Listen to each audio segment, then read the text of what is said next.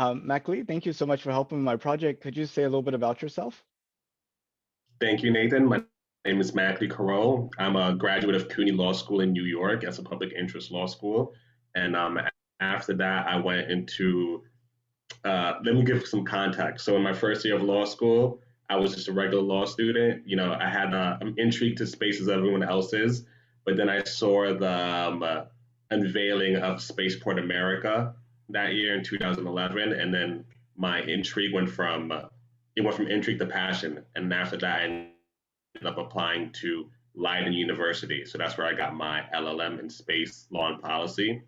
And then from that, it's been snowballing of my career's just been snowballing slowly but surely. So when I was still in Leiden, I worked at EASA's Business Incubation Center at the IAASS. They specialize in the advancement of space safety. So we did things with researching third-party liability for commercial human space flight because space tourism was a big thing back then, and it still is. Even though by now it's expected it to launch, pun intended, but we'll be there slowly but surely. And after that, after my time in the Netherlands, when I came back to the States, I did some work for the Space Generation Advisory Council. I served as their executive secretary, and now I'm a part of two teams there. Their Eagle Action Team, which is super relative to this. It stands for the Effective and Adaptive Governance for a Lunar Ecosystem. And then also the Diversity and Action Team, which is also important because, space is supposed to be for everyone. So we want to make sure it literally is for everyone.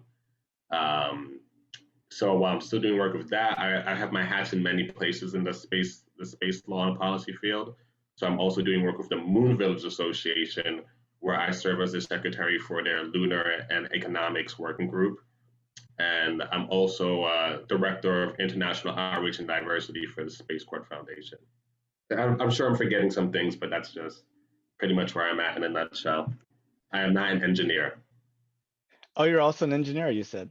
No, I'm not an engineer. Oh, I you're was saying not an like engineer. everything but. Yeah. Everything but. Everything but. Yeah, yeah, yeah. Um, well, you talked about space tourism, and a lot of people are wondering what kind of benefits we get from going to the moon and going from space. Um, it's kind of funny how the conversation changes whenever we start talking about sending professional astronauts versus sending themselves. Like, it's Yeah. like, it's like, what do you think about us sending astronauts to the moon? Like, well, I have other problems down here and all this. What do you think about you sending you to the moon? Oh, well, tell me more. I mean, that's kind of the Yeah, yeah, yeah. impression I get. Yeah, that's very true. It's important though. We need to foster that more because space shouldn't be like a very elitist thing out there. It should be accessible to everyone. And I know you definitely know space helps us in so many ways, just from things like GPS and a lot of other technologies that we have down here. So if you could send our average person to space and the moon, it should have a really big effect. They have I'm not sure if any of your guests have talked about this before, but the overview effect, and it's supposed to be like, when you see the Earth from space, there's like a cognitive shift that happens in you that's so like fundamental that you see like everything we conceive as differences is just petty, is just some form of pettiness. It gives you a really good world view, to say the least. Exactly. Well, talking about the overview effect, I had the pleasure of actually interviewing Frank White. Nice. Yeah. You see, I had a feeling, yeah, you'd be connected to that scene, the overview effect. That's really cool. But I mean, that's a good point. People often wonder what value we get from space, and everybody talks about technology spin-offs, which I think Hmm. was definitely true during the Apollo era because we sort of didn't have space figured out, and we trained all these engineers, and we were really pushing the limits of technology. But it's like as safety and costs become more of a concern, we actually push the technology less, and I think we get less Yeah. spin-offs from space today than we did, say, in the 60s. Just because, we're looking at, well, largely because the commercial technologies jumped ahead so much faster than, we could have imagined, especially around communications and computing and software and Yeah. things like this. Yeah. And like, I mean, I don't know if you heard they announced something for building a space hotel in like 2027. They want to construct something. So like, where's the spin-off technology from that? We're actually just taking everything here and just having it up there too. So, but like it still doesn't make space any less important its effect it has on people. And even when we talk about spin-off technology, I like to imagine there's to be something like a spin-off economy that comes off from it.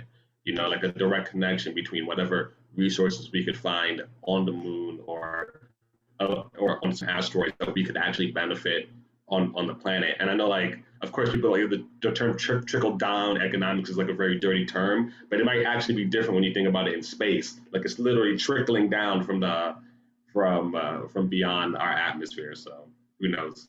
That's a hopeful thinking on my part, I guess. But coming back to the overview effect, I think perspective may be the best benefit we get from space. The more people Yeah, who are looking at this view and saying, "What is that? Oh, that's everything," and it's kind of yeah, yeah, small. yeah. Yeah, yeah, that's very important to put things in perspective for everybody. Um, and like, if there's any industry that should do it, why not it be the space industry, right? Like, even at its best, it should be like kind of beacon of hope. Of course, and like I said, I have a space law and policy background. So like, the two big things of the Outer Space Treaty that was formed in 1967 are don't don't militarize space and make sure that space is for the benefit of all mankind. So like this is like let's just like actually stick to it, you know, make sure that space is literally for the benefit of all mankind. That's a very beautiful yet simple way to think of it. Yeah, and Elon Musk is talking about building a million-person city on Mars, and people are like, he's trying to escape the Earth. Why aren't we spending those resources on improving and directing the Earth? And almost feel like we need to go to Mars to save the Earth. And I wanted to run this theory by you and see what your thoughts were. That um, the Earth has actually been very, very lucky in terms of uh, kind of instabilities with the sun, solar flares and big Mm-hmm. solar events, and then of course meteors hitting the Earth and asteroids hitting the Earth. Um, we haven't really had any major events that have been sort of world changing uh, in the past few thousand years, but that may be just because we're lucky.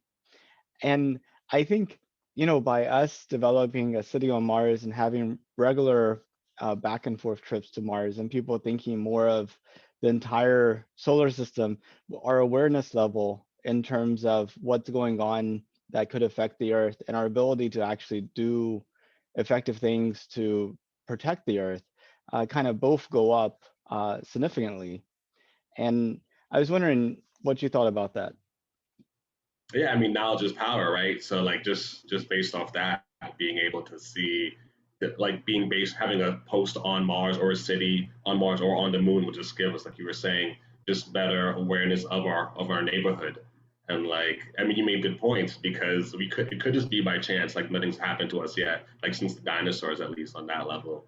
So and it's like he says too, it's this is our best chance for ensuring that the species continues, right? Is by being interplanetary, which it makes sense. It makes sense when you look at it. And the people who say we should focus on Earth, like you can do both, right? I know that there's a lot of naysayers about perseverance going up, but then when you look at it, perseverance, it was like less than 1% of the federal budget. So it was like 0.5%. So like it's possible to do many things at once, you know, for the benefit of all humanity. Yeah, I mean, even less than 0.5%. I mean, like it was what, $2 billion over the course of 10 years. Yeah, During that, yeah, during that time, the federal budget was, somewhere in the order of $40 trillion. So I'm not sure yeah. what the proportion is there, but it's really, really small. Let's see. Um, 1/1000. So it's 1/2000th of the national budget was what Perseverance called. Thanks. Yeah, I'm not an engineer. I told you. So numbers. Yeah. So thanks for figuring that out. But like, it's a very small percentage, though. Like you could do, yeah. So, but not enough people know that. So it's really important to get that out there. So it just puts everything in perspective, like we were saying. Yeah, exactly. I mean, people think that I think they'd be very surprised about what NASA's budget is, especially compared Yeah, to yeah. what we spend on nuclear weapons. Exactly, exactly. Like And that's a big thing. We do, yeah. but it's kind of funny. It's like, hey, we could spend these trillions of dollars on destroying the Earth, Oh yeah, that sounds like a good idea. Or we could spin on this and possibly we might discover something. Well, you're not so certain. I'm not sure we're gonna get any return out of that. Let's not do that. Yeah. And like I feel like I've been dropping like saying a lot of cliches already, but the road less traveled, right? There's something to taking the road less traveled. But you never know, I guess. Um, and space tourism, you brought that up. It seems like we're right on the cusp of it becoming real, because Virgin Galactic should be flying people any day now. I mean, they actually did fly some of their employees. And Yeah. then you got Blue Origin that's been doing their New Shepard thing, and it looks like it's right on the cusp of being usable. And then you have like that Axiom space mission to the International Space Yeah. Station, and then you have Inspiration 4. That's you know, Yeah. It's very exciting. did you enter Inspiration 4? No. I didn't enter it, but I did enter Dear Moon. Did you hear about the Dear Moon one? Right? Like that got announced last week. So they're taking 8 people. Yeah, so it's more higher chances. 8 people to the moon. With they're doing something with Starship. I forgot the name of the billionaire who's sponsoring it though. But it's yeah, Dear Moon is definitely a cool thing to jump into, and it's good that we're having more of these to get the civilian astronaut up there, the civilian, yeah, the regular citizen. It's very important. There needs to be a better connection with the public and private, public and private fields. This reminds me of when talking about the moon landing, because like that's when like media was really big, just building up to the original moon landing, and like that's where you have the whole concept of a moonshot kind of thinking or a moonshot idea. Like we need to bring that up just to get more people on board together. Easier said than done, of course, because we have things that are affecting people here on the planet, like lack of jobs and like food and stuff like that. So, like I get it, but I know there's definitely a way to bridge the two. Yeah, it's kind of interesting. We talk about lack of jobs, but there's no lack of work. Yeah. I was actually my partner. She was telling me that there's a lot of people who because everybody wants to start doing things from home now. That's why. So like they rather not be out there, which is I mean life's a contact sport though, so you kind of just need to do that sometimes. Um, whenever you look at humanity like 500 years from now, what do you see? Where are we? Humanity 500 years from now, I'd hope you're closer. Have you seen The Expanse? Are you a fan of that show? I I'd I hope you're a have lot closer there. Like we'd have. I'm a fan of sort of how the solar system developed. The plot lines I've kind of lost interest in, honestly. But I like the whole like the opening scenes with like the building the Yeah. bases. Yeah. Yeah, it's a tough show to follow. Tough show to follow sometimes because it gets dry and drawn out. But yeah, season 5 is pretty cool. But I'd say we'd have permanent outposts. There would be a moon village within 500 years. You'll have it'll get to the point where people's passports will have to say what planet they're from. Um, and like, unfortunately, though, I would hope that we'd be able to squash social differences by then. But in terms of other kinds of isms we'd probably have like a planetism. Like, oh, you're born on Mars versus, oh, like you're just an Earther. Things, they highlight that really well in The Expanse, or people born on Ceres or in the astronaut. But 500 years, we definitely be interplanetary territory. Sorry. Yeah, that would be awesome. And you're probably right. Our ability to continue to I think it's the pressure that we put on kids from early age to kind of stack rank them. It's like try to Yeah. try to figure out how you're better than everybody else and how they're worse than you. And that leads to Yeah. all the bad stuff. Yeah. Hopefully that would change within like the next century or something. We could change the kind of education. Um, it's funny because they have this. Have you ever? Because I remember they made us read this in like in freshman philosophy, but like Plato's Republic, they talk about doing the perfect city, and like there's a way. It's all hypothetical though, so it's like, but like there's even a way for that to function. You let people know. Yeah, actually, I don't want to get into that. Plato's Republic could be.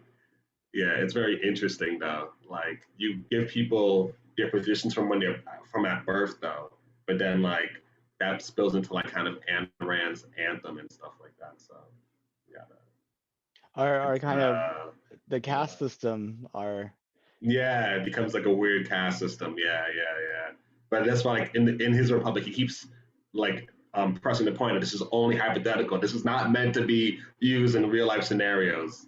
But it gives. But I would hope we figure something out, at least with education. The Hippocratic Oath is a lot longer than do no harm. It has a whole bunch of Yeah. rules and things in it.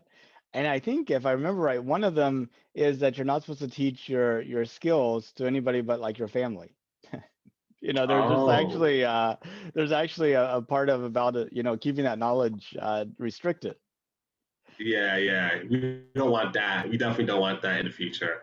And it's cool because there's things like the Artemis Accords, and like for your viewers to know, like that's bringing the first woman onto the moon soon, and it's helping the Artemis project and the Gateway project, and they have things on it like benefit sharing and sharing that information with other nations, and that's important. We should be doing that, and especially with developed nations, because there is a whole like a lingering effect of colonialism. You're seeing that start to trickle into the space industry, and like we don't want to do a colonialism 2.0. Like there's things like we have a blueprint for what we did on Earth, so we know it works and we know it doesn't work. So hopefully we don't repeat the same things over. But they say history repeats itself. Yeah, because it has the same actors involved. Yeah, Yeah. yeah, because it has the same actors. Yeah, that's true. It's you can't get away from ourselves. um, Yeah, but that's why we need to make it an even playing field and get more actors involved, right? It has the same actors, has the same limited actors, but there's enough people to mix it up. Diversity of thought, it's really important to have those kind of things in there. Especially like we're like one planet, like once you connect into the overview effect, you see it. It's not like the borders are like quote unquote meaningless at that point. You see it like we're arms one planet. Uh, yeah, I mean, that's a very good point about diversity of thought. This project's been really eye-opening for me. I've come across some people that talk about messing up the moon and, polluting the moon and things like this, which seems completely foreign to me because I have trouble thinking of pollution outside the context of like ecosystems and life. What is pollution other than its effect on life? But as I started thinking about their points, um, we don't know what we don't know about the moon, and so maybe it'd be good to mess up in a small area, learn from it, and then apply that knowledge as we go forward, as opposed to just you know full out development. Yeah, yeah. On the in terms of the governance, a lot of that conversation is happening now, and like they're talking about like in the Artemis Accords talks about establishing safety zones.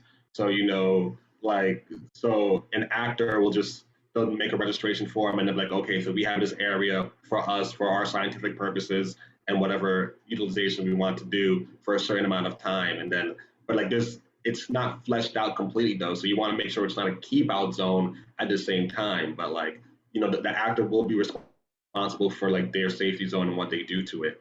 And it's funny because of every mission that we've done to the moon, we've left things behind, and like there's a weird thing where it's like, oh, are those things part of our cultural heritage, scientific heritage, or is it just junk? Or it could be a little bit of both. So these are things to definitely keep in mind. I just have trouble understanding how like a random piece of rock hitting the moon is like seen as being somehow special, but then humans using their intelligence to actually go and put stuff on the moon is somehow bad. Yeah, yeah, yeah, yeah. It's all perspective. It's like we were saying. It's like it's all perspective. Um, yeah, to some that rock could mean a lot. To some cultures, some indigenous cultures, like they like there's a sacred thing about like inorganic and organic material. There's a sacred element to it, as opposed to things that we just make and just metals that we just drop over there. So it really depends on like the lens you're coming from. And I guess that happens a lot in the conservation world too. Like when they're like, who deems what's worth protecting and what isn't. Yeah, These are things that a lot of things we need to keep in mind. Yeah.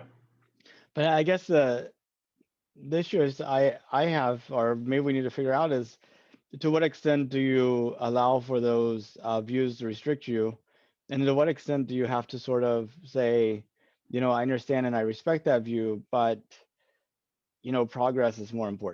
I mean, like, how do you figure Yeah, that out?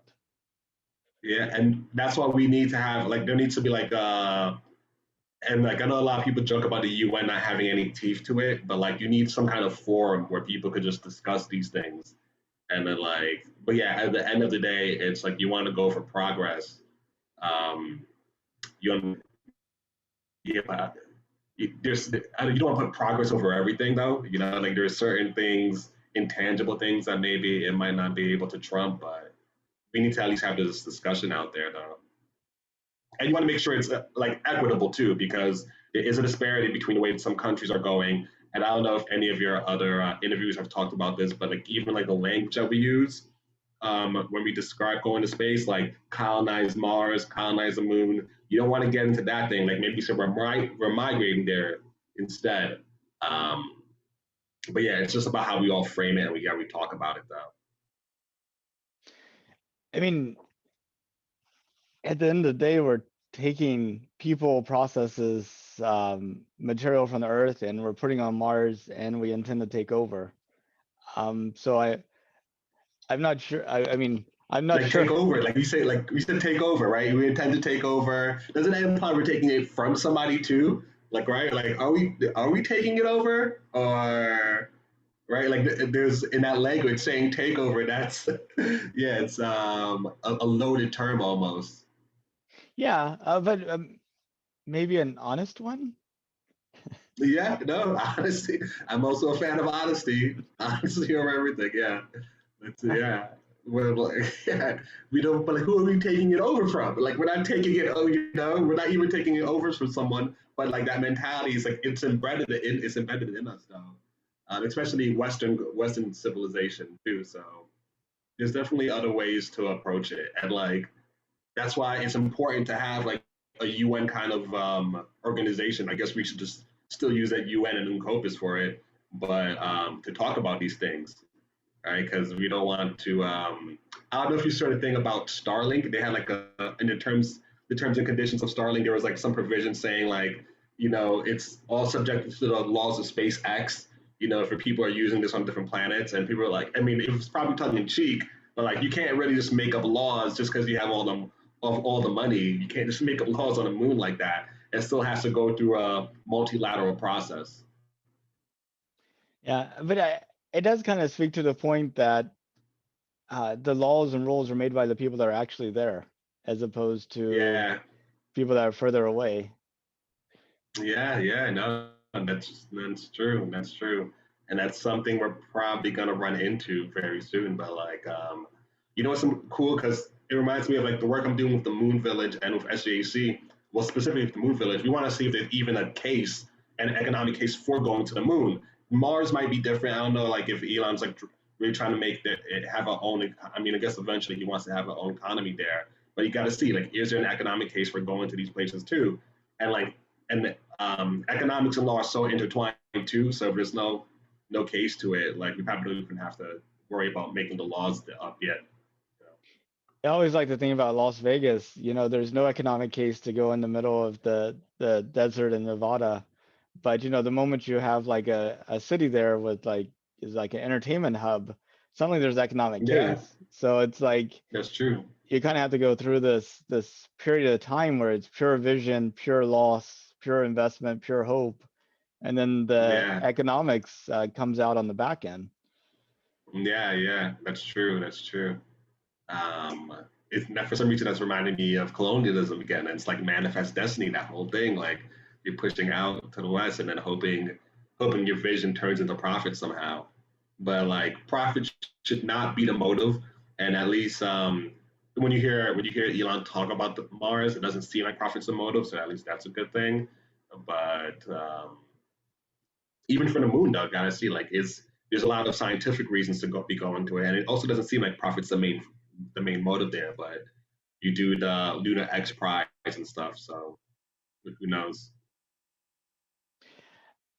So when did you find out that we're planning to send people to the moon in 2024? It was from the Artemis Accords. It was I have to say that rollout wasn't the best rollout, but like the way they had they just had announced like, oh, we have all these countries that signed on to the Artemis Accords.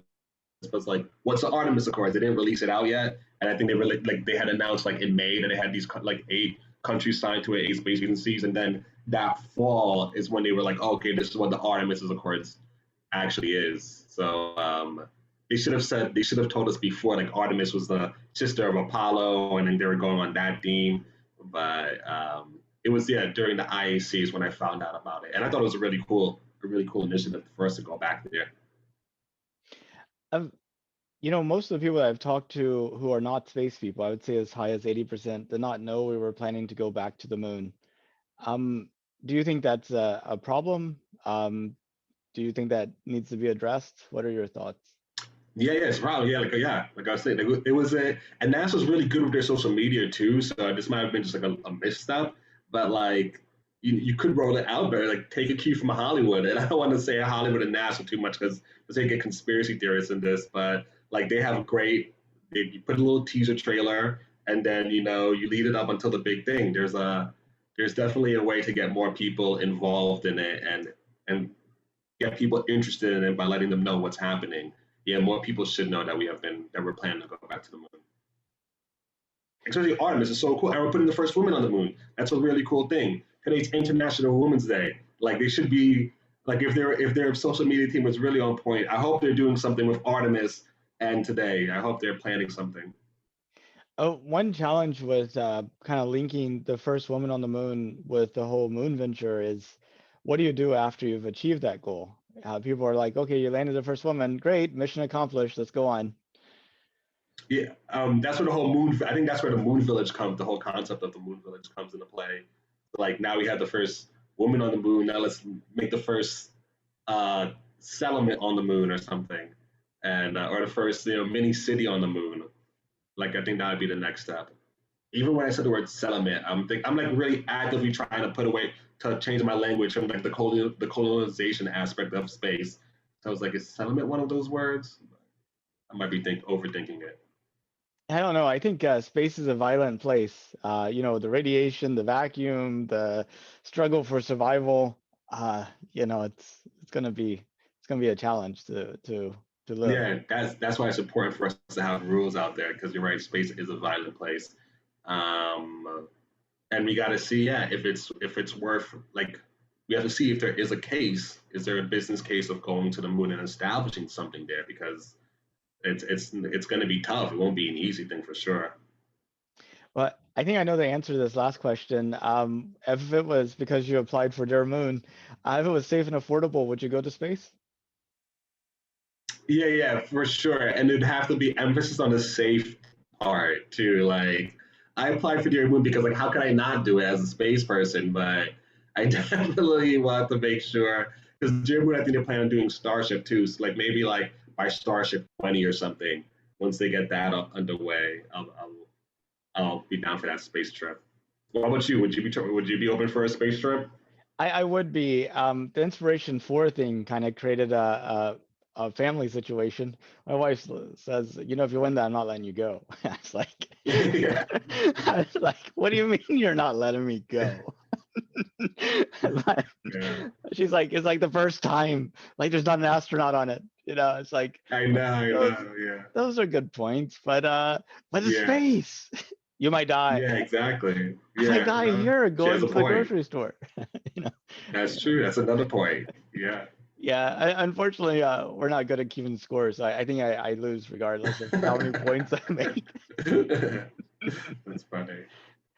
But Mclee, thank you so much for taking out some time this morning. Is there anything that you wanted to talk about that we didn't get to? Yeah, yeah. I guess the James Hubble telescope, the James Webb Space Telescope. I mean, that's going to be a really, really big thing coming out.